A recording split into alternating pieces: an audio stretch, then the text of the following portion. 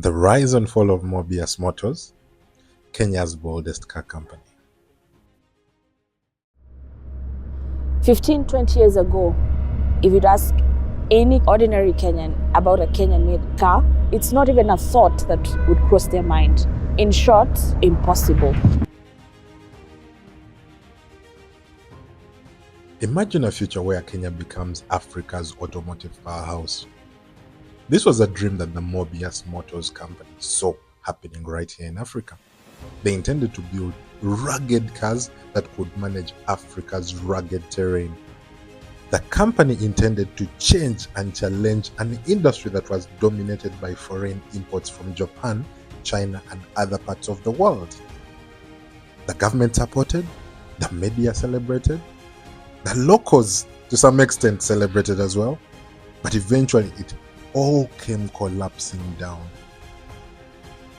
In this video, we'll get you to understand what really led to the collapse of Mobius Motors. Was it bad business, corruption, or was Mobius Motors doomed right from the very start? Now, before we dive in, I would like to shout out our sponsor. This video was sponsored by Tremby. Tremby offers a wide range of sales and marketing tools for businesses in Africa. One of the ones I would want you to specifically check out is the Tremby Sales AI, which is an artificial intelligence tool that literally sells for you. So more on this later. In the meantime, you could visit tremby.com to know more. In 2011, a young British entrepreneur called Joel Jackson set out to solve a problem. He looked at the Kenyan market and saw all these millions of dollars that were being spent importing vehicles from Japan, from Germany, and he said, why not make these cars from here? Why are we giving this money to all these other countries on a product that I believe we can make right here in Africa and sell to our very own customers?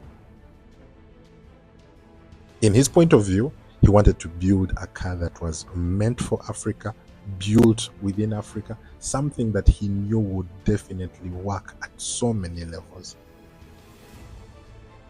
Jackson specifically wasn't thinking about cars. He envisioned an industrial revolution. He saw Kenya becoming this industrial powerhouse that created thousands of jobs, inspired so many people into manufacturing. Big dreams, however, need big money, and Mobius Motors needed a lot of it. Chapter 2: The Initial Phase. Back in 2011, Jackson with a small team of engineers decided to roll out the first version of the Mobius. To be honest, he started like most very small entrepreneurs, working extremely hard, spending sleepless nights, inventing something that he believed would work for the African continent. Yes, it wasn't pretty. It had no doors, no windows. In fact, it had a boxy frame, something compared to Mad Max. Despite these deficiencies, the truck was extremely hard. It was tough. It could handle dirt roads, deep potholes, and the rough terrain, which was the bulk of Kenya, to be honest. This was his proof of concept, and investors began to take notice. A car made in Africa for Africans, this was a dream that so many people were beginning to buy into. Hence that ascent started. Chapter 2: Billions in Funding and Mobius 2. By 2015, Mobius had raised over 6 billion Kenya shillings from investors. For the first time, people had actually seen a car built right here in Kenya, and most importantly, it was working despite all the challenges it had. Investors like Playfair Capital and the US government investment arm, OPIC, invested up to 6 billion shillings in that company.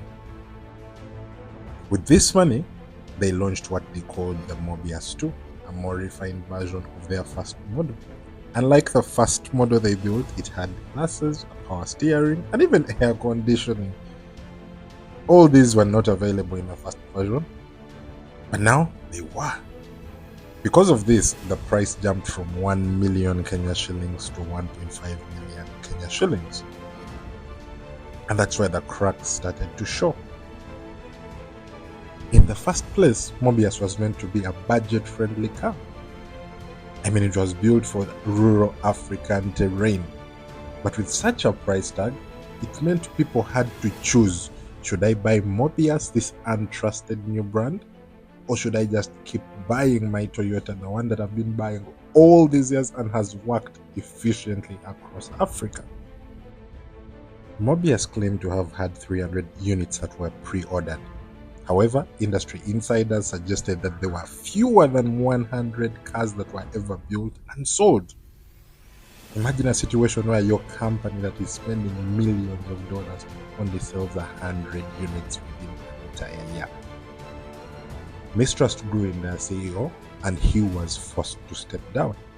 Joel Jackson stepped down as CEO.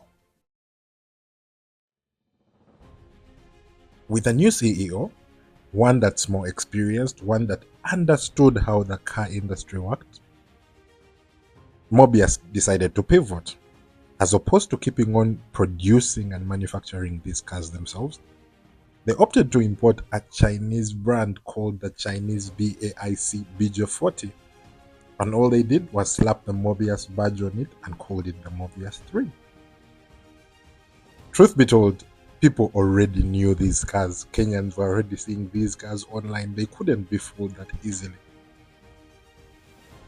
The Mobius 3 was once marketed as an affordable Kenyan built car, but at a price point of 5.5 million Kenyan shillings. Someone literally had to think twice about buying such a car. I mean, cars as reputable as the Toyota Land Cruisers were at a similar price point. So should I go for the Toyota Land Cruiser, or should I buy the Mobius brand that I have barely seen? I have seen nowhere in Kenya except in their adverts. Quickly, their sales plummeted, investors panicked, and debt started to pile up. Chapter 5: The Final Collapse. By 2021, Mobius had debt of about 649 million Kenya shillings. I mean, how can a brand with all that investment barely make 100 sales? The shareholders had a deficit of 3.8 billion Kenya shillings, and their tax bill was a whopping 857 million Kenya shillings. In order to save face, they decided to build an ambitious Nairobi factory. This was meant to produce on average 8 cars per day. Despite this target was barely operational. By 2024, the same problems persisted. Poor manufacturing, massive debt, and barely any sales coming through. Finally, in August 2024, Mobius Motors decided to shut down. Truth be told, building a car company is a brutally difficult task. I mean, look at Tesla, one of the largest car companies in the world, at least by market cap. It took them 15 years to ever turn their first profit. Yes, Mobius had the right idea, but their execution had a few falters. They pivoted way far from their original vision and lost touch of what their market actually wanted. Ultimately, what led to their collapse was the financial strain. I would like to pose a question to you. Do you think Mobius stood a chance to survive if they stuck to their roots? I mean, if they kept producing these rugged cars, simple cars with mini windows working, with their first version of Mobius, do you think if they had just refined it a little bit and maintained the price as low as possible, would they have survived? I would like to know about this in your comments. Just leave me a comment telling me what you think. Don't forget, I share a ton of content when it comes to entrepreneurship, showing the journeys of different entrepreneurs across Africa, and a ton of sales and marketing content. If that's your kind of content, please drop me a follow. And most importantly, check out Tremby.com. It's an artificial intelligence tool that literally sells for you.